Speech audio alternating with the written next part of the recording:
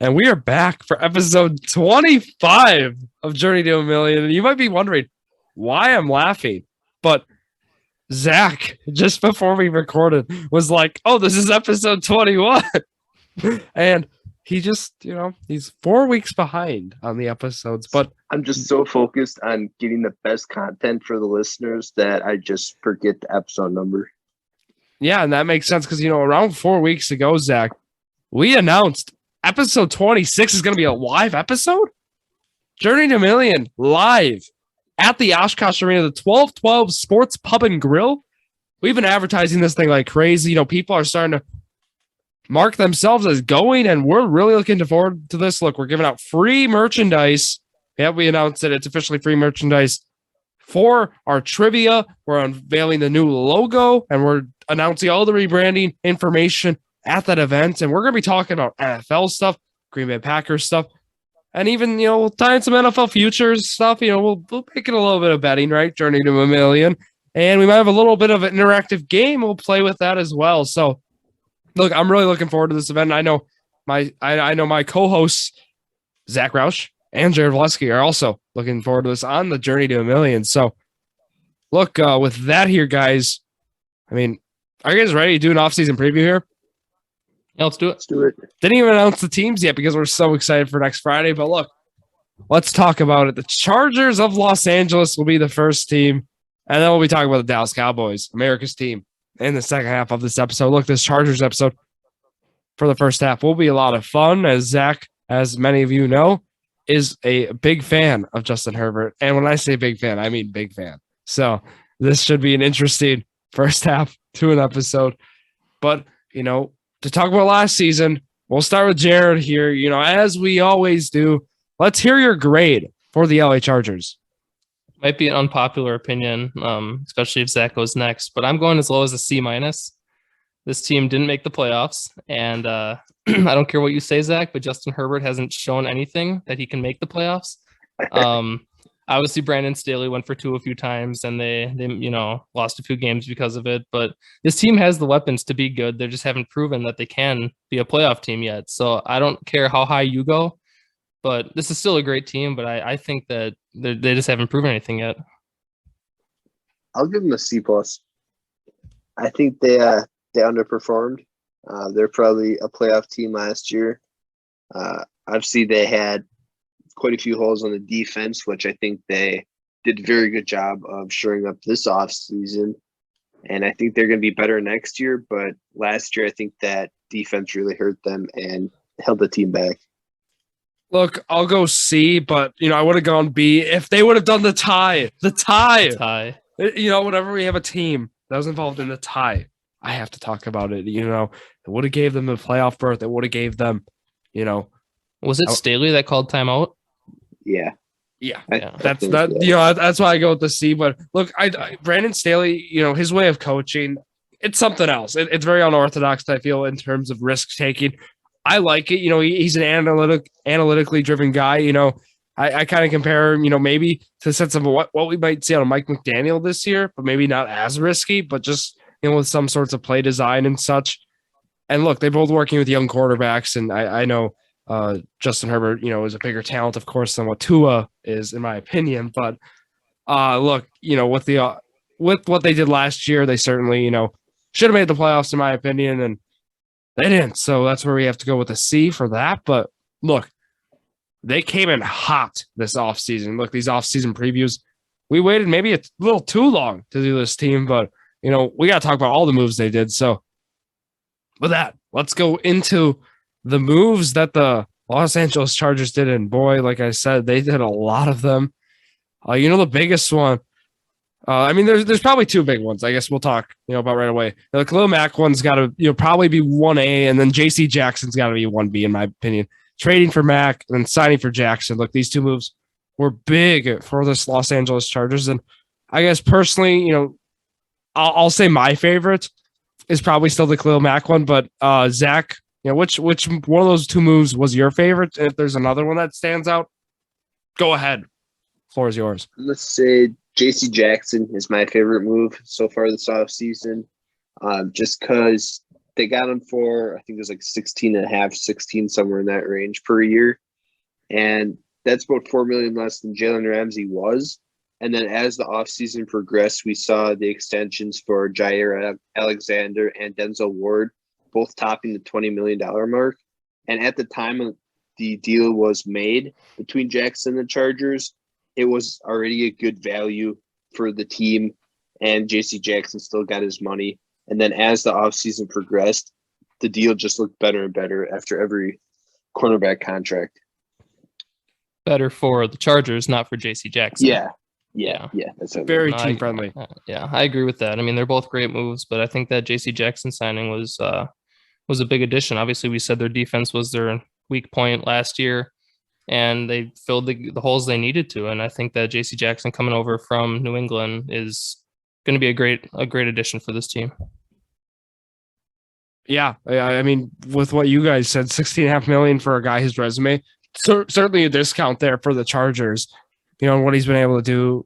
No, it's 5 years, but still, you know, an insane discount, as you both mentioned. But look, Khalil Mack, you know, getting him for the price they got him, it just took a second and a 6th round pick to acquire him. I know he's 31. I know they owe money, but when you get, you know, as we talk about on defense, arguably the most important position is edge. And, you know, when you get one of the most, you know, decorated edges over the past 7-8 years, you get him and you pair him with Joey Bosa, and you only give up a 2nd and 6th round pick. I know the money's there. I know you owe him $63.9 million over 3 years, but I don't know. It just seems like a perfect situation they're brewing for the Chargers. So I like both moves too, but I just like, you know, getting 2, you know, all pro level edges with both.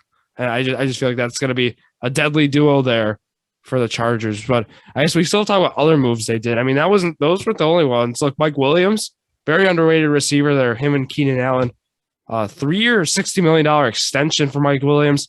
You guys feel that was an overpay? I mean, arguably that seems like a hefty price, but what are your thoughts on that, you know, Jared? I mean, for where this team is trying to get to, I think they might have needed to pay him that much. He's a key piece to their offense. And I mean, might be a little overpay, but he showed that he can be that number 2 receiver on their team behind Keenan Allen, maybe even some games be that number 1. He's had some breakout games. So I don't think it's an overpay. I think that they paid him the right amount, and he's a key piece for them. So I think that that's going to be a good spot for him. Yeah, I kind of agree. I think it's a good value, especially with how the receiver market has been trending this offseason. Obviously, the Devonta Adams, Tyreek Hill extensions, and then potentially a Debo extension still coming this offseason. I think it was great value, and the Chargers were able to lock them up and allowed them to use their 1st round pick on a different position of need. Yeah, and also the concern with Mike Williams is that 3rd year, his cap charge, listen to this, $27 million.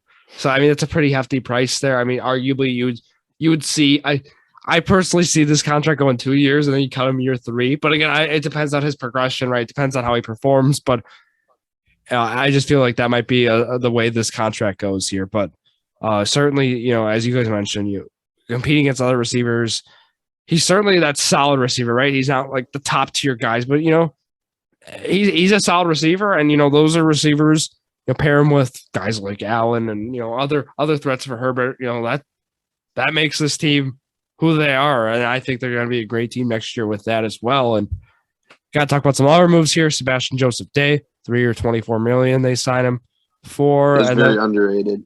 As you said, yeah, signing. People have not really talked about that a lot, right? He was with the Rams last year, playing interior D line, and that's where Staley had a connection because he was with the Rams, I believe is how that works, and that ended up, you know, saving them, not having to draft, you know, guys like Jordan Davis, right? Not having to go D tackle in that 1st round, you know, kind of saved it there, and then Austin Johnson, they also get 2 years, and that's up to $14 million. So yeah, I just want to talk about these two a little bit. Go ahead. It's like these two, they're both great run stoppers. Joseph Day can get to the quarterback too a little bit, but obviously they have Khalil Mack and Joey Bosa on the outside.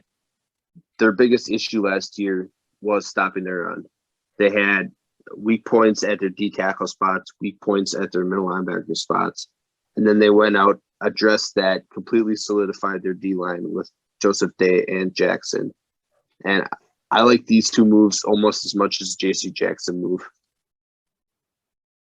For the price they got him, I mean, yeah, patched up the defense perfectly. And let's now tie this into the draft because, as I said, they were tied to Jordan Davis in the draft before this signing, and then boom, this signing happens. They had the 17th overall pick, right? They had a solid draft. I mean, they were able to get a lot of guys, and they go Zion Johnson, 17th overall, the guard out of Boston College. He was a guy who wasn't really linked in the teens. It seemed like maybe a reach at the time, but again, these are offensive lineman prospects. He's sitting 6'3", 360. He's certainly, with his stature, it seems like he's going to be a guard, at least in his career. And, getting in a guy to protect Justin Herbert's going to be key here. They already have Corey Linsley, a solid center indeed, and they have some other solid linemen there, but getting guys, Zion Johnson's going to be nice for this offensive line. They go JT Woods in the third round out of Baylor, safety there. So get some more depth on the defense. But, overall, I mean, they got a couple defensive backs. They got another lineman. They got a running back in the 7th round. So, Xander Horvath out of Purdue was the guy they got there. They still have Eckler, right? I mean, that's not going to change there. But overall, I guess, in the draft, it seemed like a pretty solid draft there for the Chargers. Maybe wasn't talked about a lot, but, they did what they needed to get done. Yeah. Obviously, most of their damage came in the offseason before the draft, like we said. And they did use their picks wisely. Obviously, with their 79th pick, they got JT Woods, like you said, the safety to pair with Derwin James. Their secondary is going to be very good next year. Obviously, JC Jackson then. So, like what they did with the draft, they just patched up some holes, got some depth, and I mean, that's all they really had to do. Yeah, I like their secondary with the Woods pick. They got some nice corners. Obviously, you said they got Jackson, they got Mike Davis, and then they got they signed Bryce Callahan this offseason too. But I know it was a first-round pick, so I guess it's not really that out there. But my favorite pick they had was the Zion Johnson pick.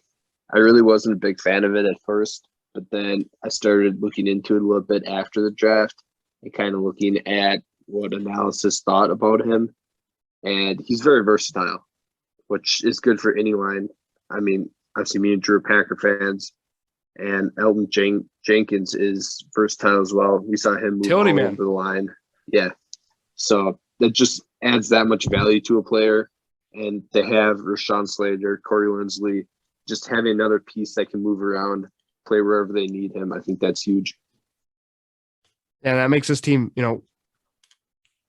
certainly a threat, in this regular season. I guess with that, do we want to talk about the schedule for the Los Angeles Chargers in the 2022 to 2023 season? I will go first in the record predictions here, because I've been letting Zack and Jared go before me, and, I can't be. Drew keeps copying my record predictions. So. No, I don't. But I will start here, and I will read the schedule. So here are your 17 opponents for your Los Angeles Chargers. All right.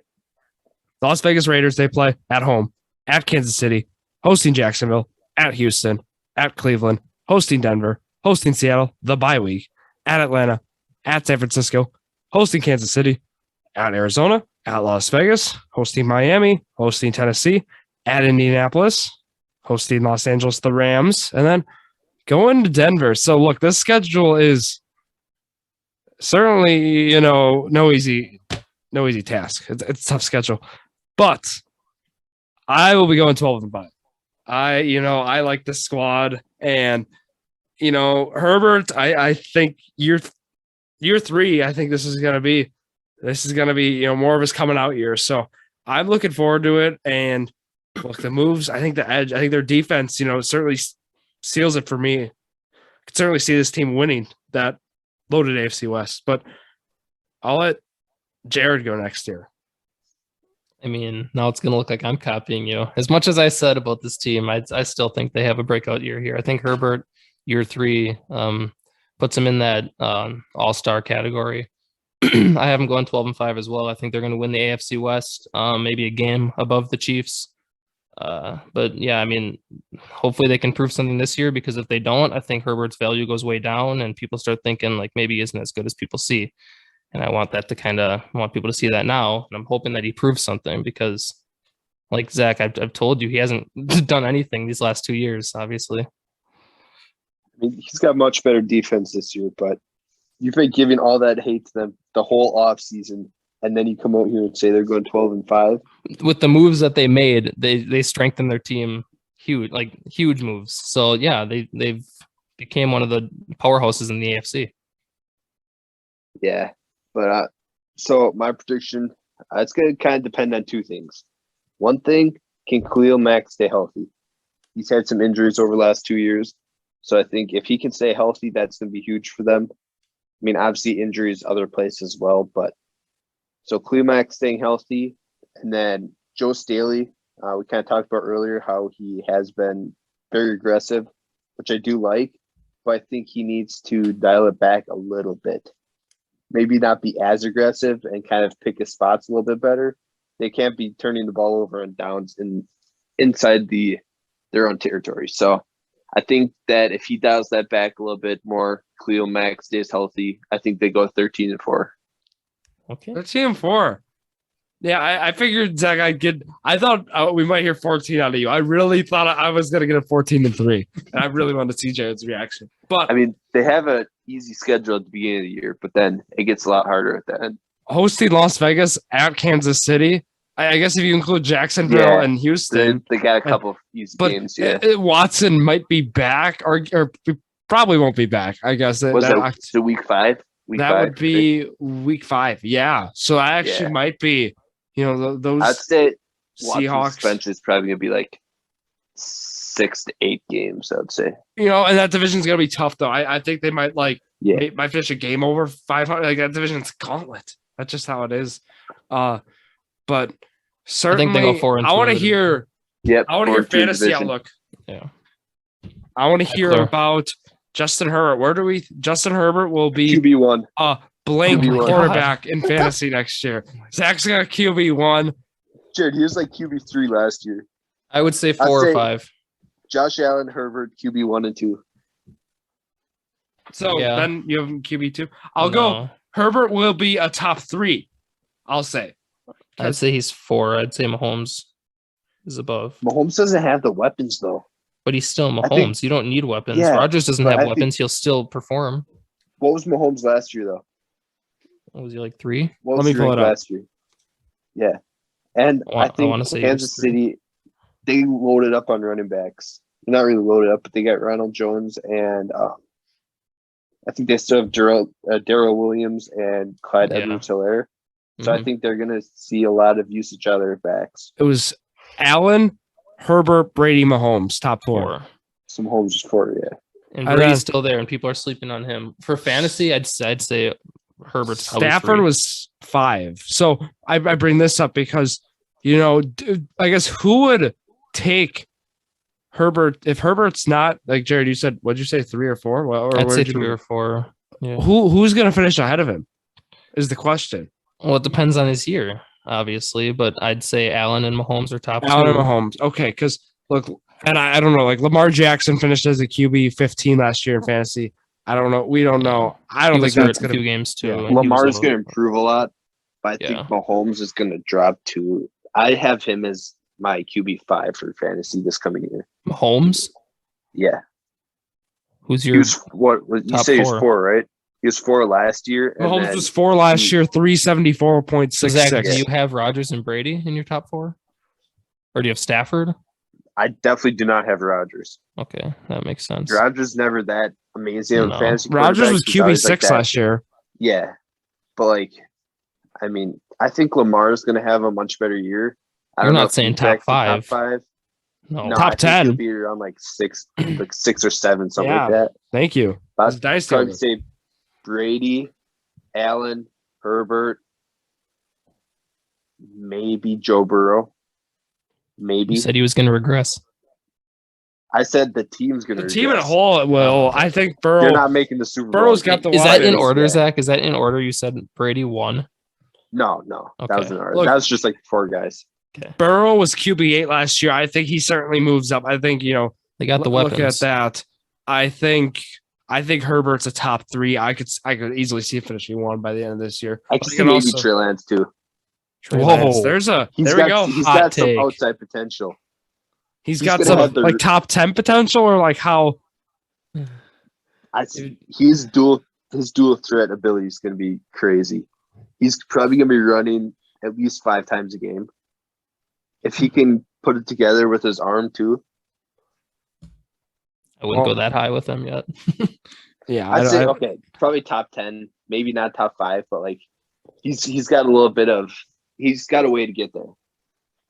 I got another one here to throw out. Austin Eckler will be a top what number running back next year? He was number 2 last year. Barring no injuries, right? Yeah, this is barring no injuries. What do we think? I certainly don't think he'll finish number 2 again. And no, that just I'd say 4 or 5. I think he'll go down. I think Herbert will arguably stay the same. I think he'd pump, going back quarterback, but I think he'll still be around that range. But I could easily see Eckler, not in the top 3 next year. I'd say JT and Henry are probably 1 and 2 if they all stay healthy. I wouldn't say Henry. If every running back stays healthy, I don't think Henry's top 2. Oh, he would have easily been 1 last year if he didn't get hurt. If CMC stays healthy, I think he's running back 1. But he's got to stay healthy. I kind of forgot about the whole health. Yeah, I forgot about him basically. Yeah. That's true. I think that's a fair way to go. James Conner being running back number 5 last year might surprise a lot of people. But he just got touchdowns. He got touchdowns and he didn't get hurt. Touchdowns. And that is going to help. Help guys out. He's got more opportunity this year though. That's what I'm saying. Gone. So James Conner might be, and as weird as that might sound, he might be a guy. I know we're kind of going off from not really necessarily Chargers, but we want to bring out Fantasy Outlook, and I think this is a good way to rank it here. So, the consensus says Eckler is not going to be as high as 2 as last year, and then we're going to go top 5. But top 5. We'll go to receiver now, and we go to receiver because look, if Herbert's going to have this big year, who's he throwing to? Is the question. So Mike Williams was wide receiver number 9 last year, and then Keenan Allen was wide receiver number 15. My question will be, will the Los Angeles Chargers have 2 receivers in the top 10 next year for fantasy? Top 10? Top 10. No, they won't. No. Nope. No question. Okay. What do you guys feel? How do you guys feel about Mike Williams, though? Because last year, at the beginning of the year, he saved how many teams? He was going crazy. And then second half of the season, he really didn't do as great. How old is he? He had 1 or 2 good weeks, but it wasn't great. He's like 28, I think, something like that. Okay. Late 20s. Keenan Allen's around the same age, a little older, right? Yeah, I think Keenan Allen's 29. Yeah. Okay. I don't see them both going top 10. I bring it up because Metcalf Lockett with 10 and 11. So, I mean, it's not like it hasn't been done. It's something, unprecedented, but top 20 for sure, maybe top 15, but not top 10. Top 10's a stretch. I could see potential, if Eckler loses some touches and, we see a lot of pass, if it's like something like we've seen from the Chiefs in that sense, I could see these guys falling in the top 10. But again, that's asking on a lot of these bigger names to maybe not have those big years too. So it depends on a lot of other factors, but I still think both of those guys are going to be solid fantasy options regardless. So I think Gerald Everett is going to have more targets than Jared Cook did last year too. So I think that's going to take away some of those receptions. Yeah, Jared Cook was tight end 14 last year, if anyone was wondering. Gerald Everett might crack top 10 this year. Yeah, I can see that too. Yeah. I like it. And then I guess, is there any other guys you want to look at for fantasy outlook here before we talk about the Dallas Cowboys? How about the defense? Is defense worth drafting this year? I think it is. I think defense is a top 5 defense for sure. And I think this defense can put points on the board. And I think that's what you want out of defense, right? Like with sacks too. Yeah. You got guys for sacks. They got JC Jackson for the picks. Yeah. You don't really seek out defenses though when you're drafting. I mean, if it falls to you, you'll take it, but you're not going to give up you need a defense though. No, you're not going to pick them high, but you need a defense. I mean, this might be one of the under the radar defenses too that you can get last round. Discount. Yeah, we talked about getting guys on value, and that goes the same for defensive units. So check this defense out, and if you can get the Packers defense too, which we didn't really talk about on some sort of discount, go do it, please. I don't even know if that's possible anymore, but please get it on discount if you can. But I guess with that, to wrap up here, anything else from anyone before we talk about the Dallas Cowboys? Nope. Awesome. So we're going to take a quick break, and when we come back, we'll be talking about the Dallas Cowboys. I was recently introduced to AG1, and wow, if you're someone like me who hates taking pills and vitamins, wants more energy, and wants a more optimized immune system, let me tell you why this is the perfect supplement for you. So what is this stuff, you may ask? With one delicious scoop of AG1, you're absorbing 75 high-quality vitamins, minerals, whole food source superfoods, probiotics, and adaptogens to help you start your day right. This special blend of ingredients supports your gut health, your nervous system, your immune system, your energy, recovery, focus, and aging. It's all those things. And look, this is the perfect thing to start your morning routine, start your day off right with just one scoop of AG1 with some water. And let's talk about AG1. What makes it so great, you may ask? It contains less than 1 gram of sugar, no GMOs, no nasty chemicals or artificial anything, while still tasting good. Tons of people take some kind of multivitamin, right? And it's important to choose one with high-quality ingredients that your body will actually absorb. And let's talk about the price, right? You might be asking about that. You're investing in an all-in-one nutritional insurance, and with that, that's going to save you money, right? It costs you less than $3 a day while you're investing in your health, and it's cheaper than that cold brew habit, which I do have. I do love my coffee, but talk about what the founder did here. He created Athletic Greens after experiencing how difficult it was to create an optimal nutritional routine on your own, and I can attest to that. It is extremely difficult on a day-by-day basis.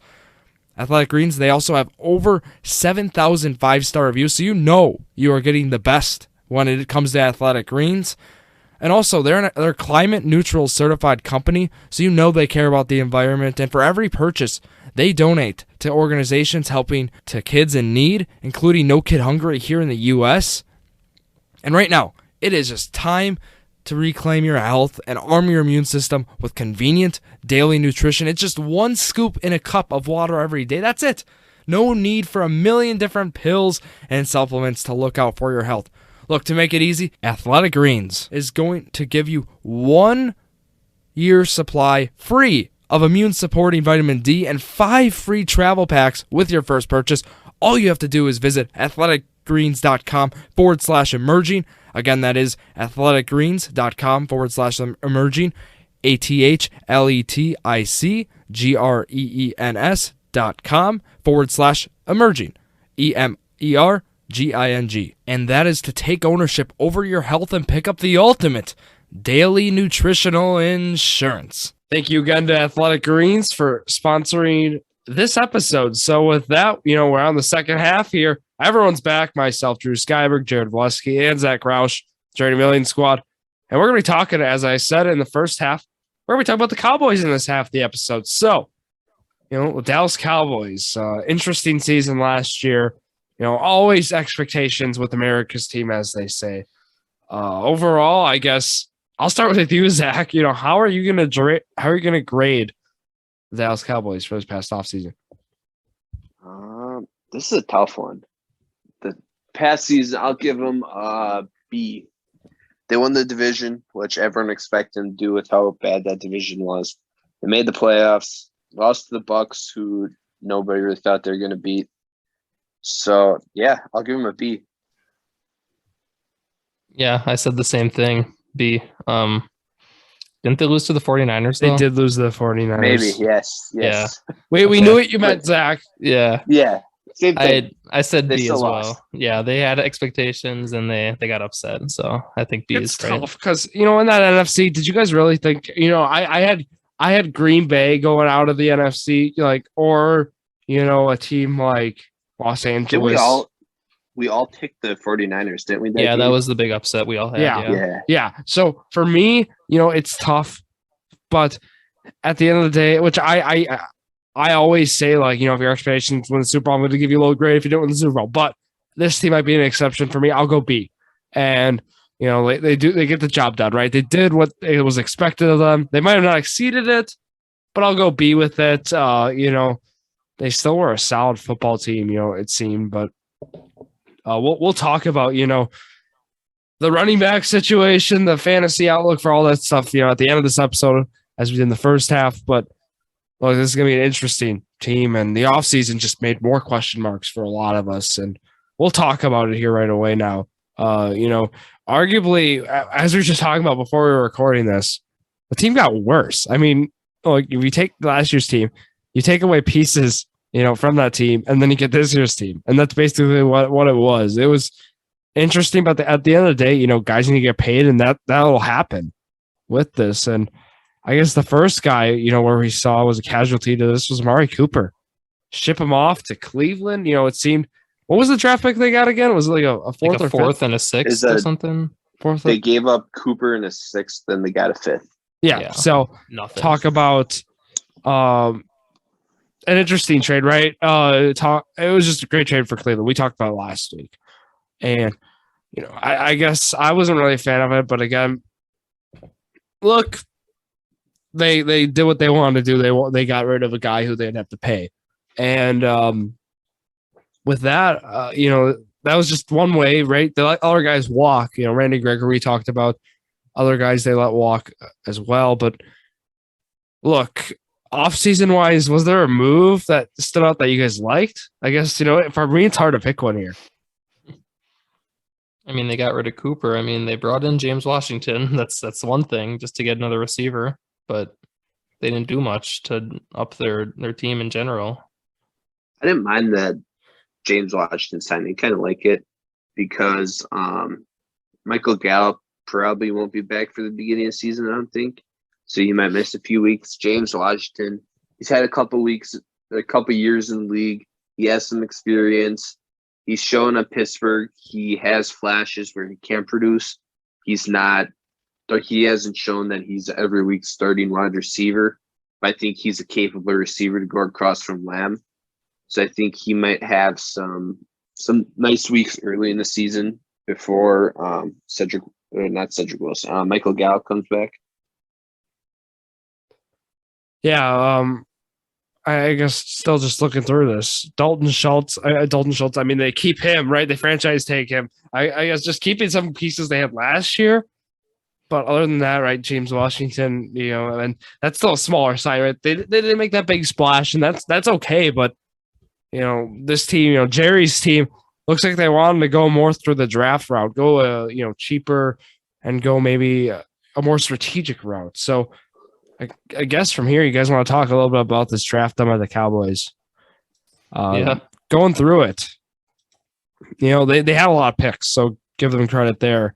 They had 4 picks in the 5th round, so there's something with that. But in the first round, they're picked 24th overall. They go Tyler Smith. Look, Cowboys are known for a line. Look, they get and Smith's out of Tulsa to keep in mind as well. 6'5", could see him playing guard tackle range as well, type of versatility. But look, they want to develop offensive linemen. They get Tyler Biadasz out of Wisconsin a couple of years ago. They're trying to develop him right now. He was starting in some of the bigger games for the Cowboys, but they go defensive end. They get their edge Sam Williams out of Ole Miss. Jalen Tolbert, then they get their receiver out of South Alabama. They get Jake Ferguson out of Wisconsin, a tight end there. But I guess through the draft, just my comments about the draft.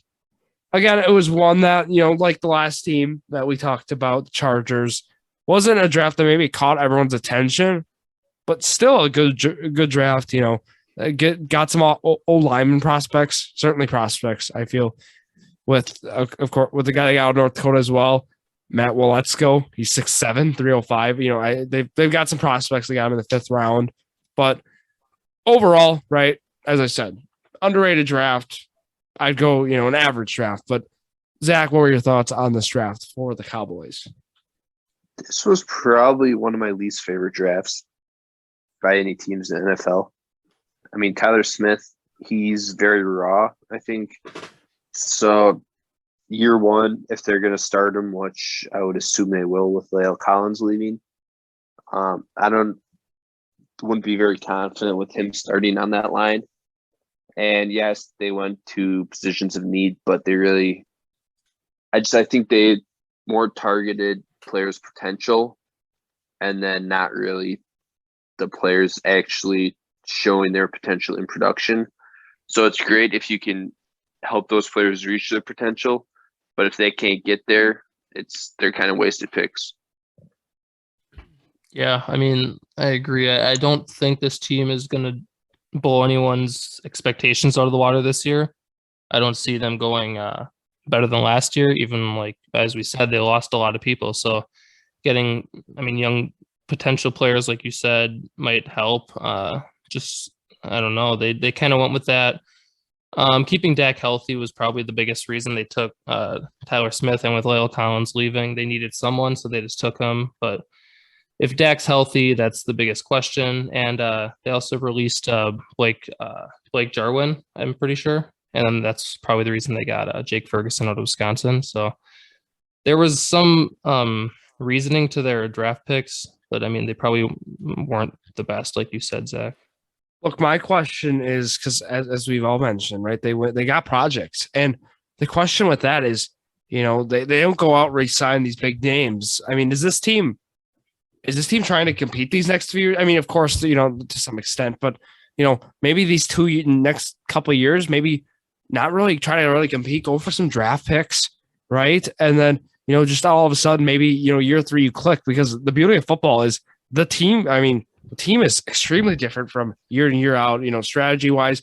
Like you could see some huge improvement one year, this team could go 12-5 this year, go 5-12 the next year. And that's what makes football, so great in that aspect. But my question is, is this team trying to compete really these next, let's say 2 years? I don't think they are. I think with the way they drafted, I think it shows they understand, some of the powerhouses in the NFL, not even just the NFC, where, they recognize, look at the team collectively.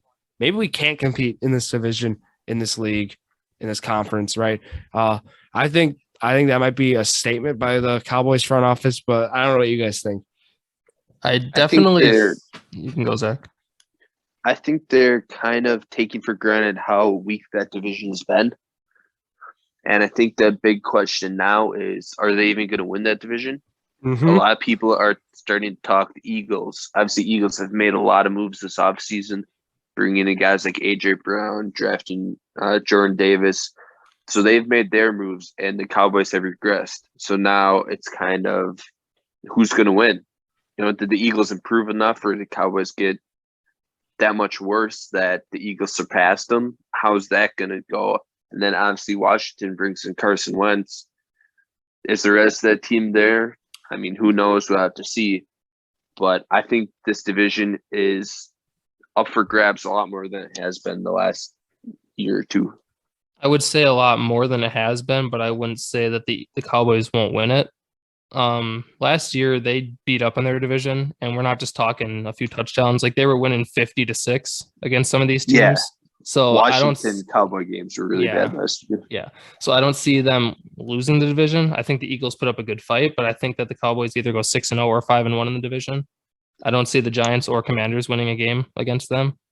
But I don't know if they're going to go any further than winning the division. I see them as a 4 seed, win the division, but then obviously Packers, Rams, Buccaneers, probably going to win their divisions, I would think, and then the Cowboys will be 4th. That's what I think. They have a tougher schedule too. Yeah. Drew, who do you have winning division? I'll talk about my record prediction. Let me get to it. Yeah. Let me get to it. All right. I guess with that, can we go to the record prediction? Is there anything before we'll do the record prediction? We'll talk some fantasy outlook then. Yeah. Let's jump right awesome. to it. Here we go. 2022 Dallas Cowboys. Here's the schedule. They go hosting Tampa, hosting Cincinnati, at New York, the Giants, hosting the Commanders, at Los Angeles, the Rams, at Philly, then hosting Detroit, hosting Chicago, the bye week, at Green Bay, at Minnesota, hosting New York, the Giants, hosting Indianapolis, hosting Houston, at Jacksonville, hosting Philadelphia, at Tennessee, and at Washington. So I'll go first again. Look, I mean, this might be bold here. I'm going to go 9-8. And I know that, we've seen them dominate their division the past few years, which I still think, they can finish 4-2 in this division. But look, these other games are not necessarily cakewalks here. Having NFC North opponents, right? Green Bay, Minnesota. I think those two they could even lose there. They split with a split with the Eagles, and then they still play the Rams, Bengals, Bucks, Colts. I'll go 9-8. I think they'll finish over 500, but I don't know. I don't think this team's a playoff team. Oh, But not a 9-8. playoff That's team. bold. That's bold. 9-8. So you got the Eagles winning the division. I got the Eagles division. I got Eagles winning this division. Whew.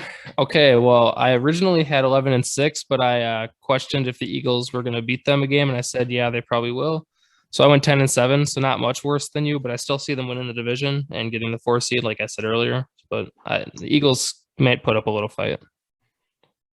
I'm gonna go 9-8 too.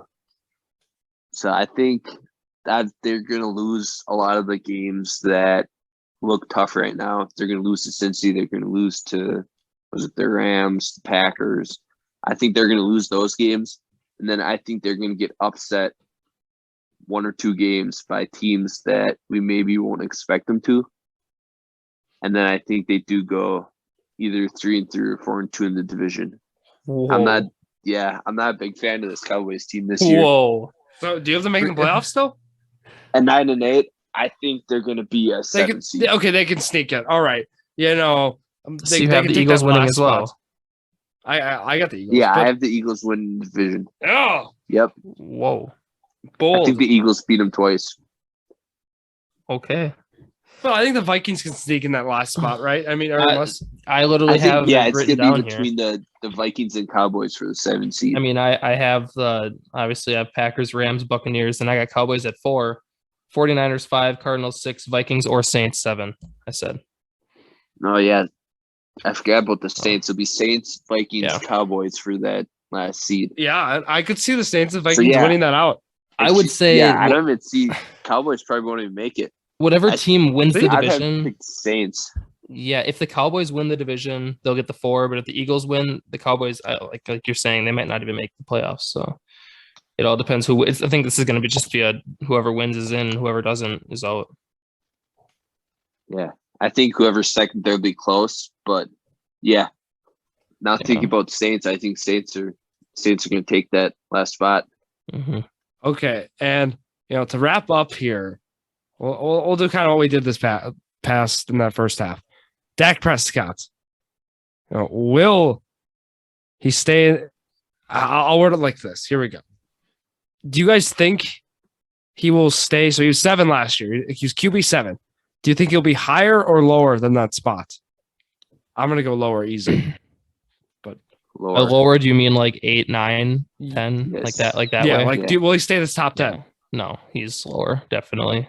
Like not even top 10? I would say he's top 15, top 12, not top 10. I'd say around 12, somewhere around there. Yeah.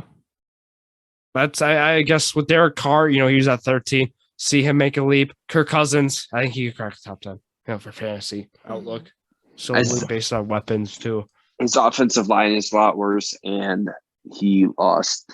I've seen Murray Cooper, That Cedric plays a Wilson. part. Their defense will still be great, though. As well. He'll be solid. Yeah.